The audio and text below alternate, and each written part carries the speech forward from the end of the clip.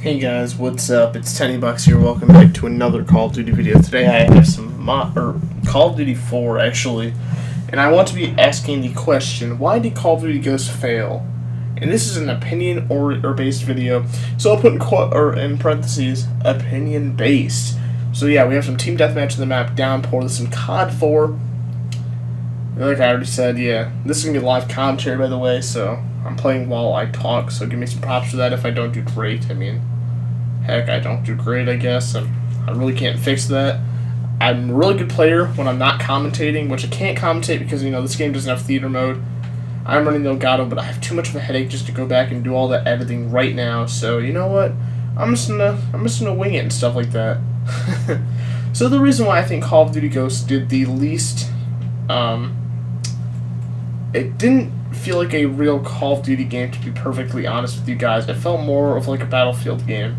And you guys are probably going to say, Quentin, TenneyBox, whatever, you are insane. That statement makes no sense. Call of Duty is Call of Duty. Battlefield is Battlefield. Keep the two separated. And yes, you can be very correct while saying that. But the truth is, Call of Duty Ghosts tried to orient so many things that had to do with Battlefield that the game ended up kind of almost taking on a shadow personality. What do I mean by shadow personality?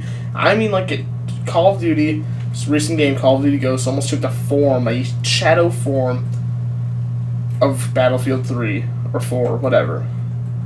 Any of the Battlefield games, it just took that form in my opinion. But, I mean, that's not my only reason. I obviously have some evidence to back this up. So let me first start off by saying the quote-unquote destructive environment, the interactive environment that we have all been hoping and quote-unquote praying for, or quote-unquote hoping and praying for, sorry, I didn't mean to put that, never mind, you know what I meant. Why would we ever, okay, I can understand where the interactive environment thing would come in handy, but at the same time, it seems kind of fishy because Battlefield makes this trailer saying, we're going to do all this interactive stuff with our environment. No, I'm not biased towards any game. I mean, I really like both of the games. But here's the thing. Call of Duty Ghosts, when I remember specifically being so excited about Call of Duty Ghosts' new system of new and improved future technology of map devastation or map breaking or whatever. And it turns out you can shoot down like a few different things and that's it. And what I thought, or what I was deceived and perceived and thinking, like if I shot at like this wall right here to the side, that would just kind of like cave out and crumble because something realistic, like if I were to shoot, I don't know, something more along the lines of what Battlefield was doing. But I don't think that the two games are really too similar, which is a good thing. But except for Ghosts is so similar to Battlefield that I don't even play Ghosts anymore. I really don't. I gave up on that game.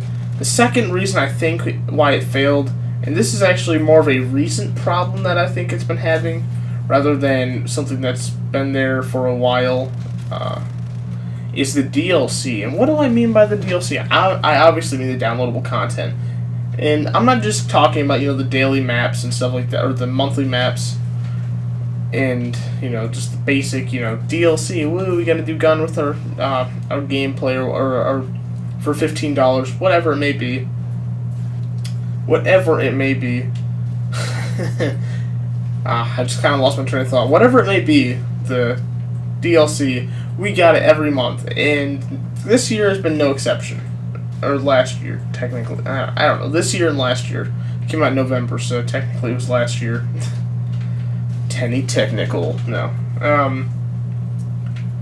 But yeah, I don't know why I'm lagging so badly in this game. I apologize if I get disconnected. But the reason why that I'm disliking all this DLC and why I'm starting to hate on it all of a sudden is because they are ridiculous DLCs. And I'm not talking about like the DLCs, like the map, the general ones, but I'll talk about those in a minute.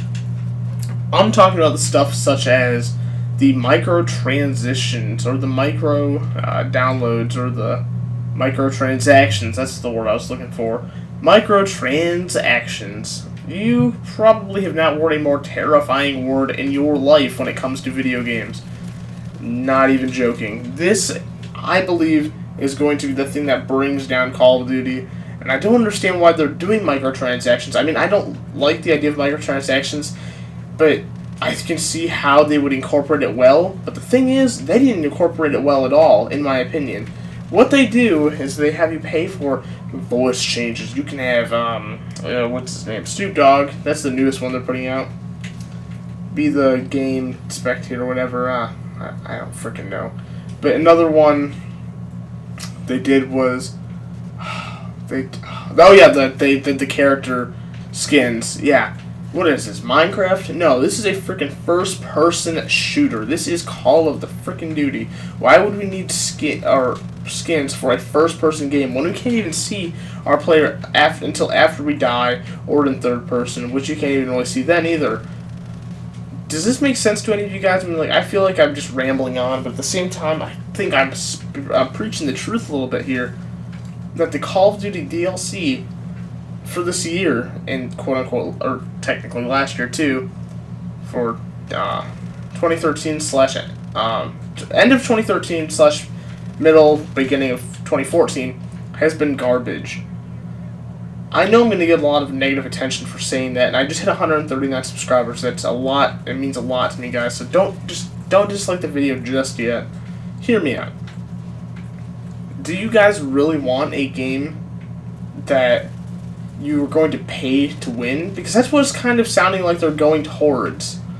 You gotta pay. You can pay to get a new gun that's uber powerful. You can pay to get these skins. Whatever. The skins don't mean anything, which is why I think it's a ripoff. I mean, weapon camos, I can understand. Because look, I'm looking at my weapon right now. Sure, I would love to see some freaking 115 camo on this thing. I would pay. I'd probably pay for that. I mean, if I were the average consumer or whatever, I would probably pay for it. But technically, or for being personally speaking, I wouldn't buy it because, you know, the gun visual doesn't really bother me personally, but it does bother a lot of other people, which is why I think that would be a great idea to make money for Treyarch and Infinity Ward and all these other Call of Duty making companies. But at the same time, they're releasing stuff such as character skins, and the only thing that this really does is shows other people that you're willing to pay a few dollars just to get some kind of useless skin.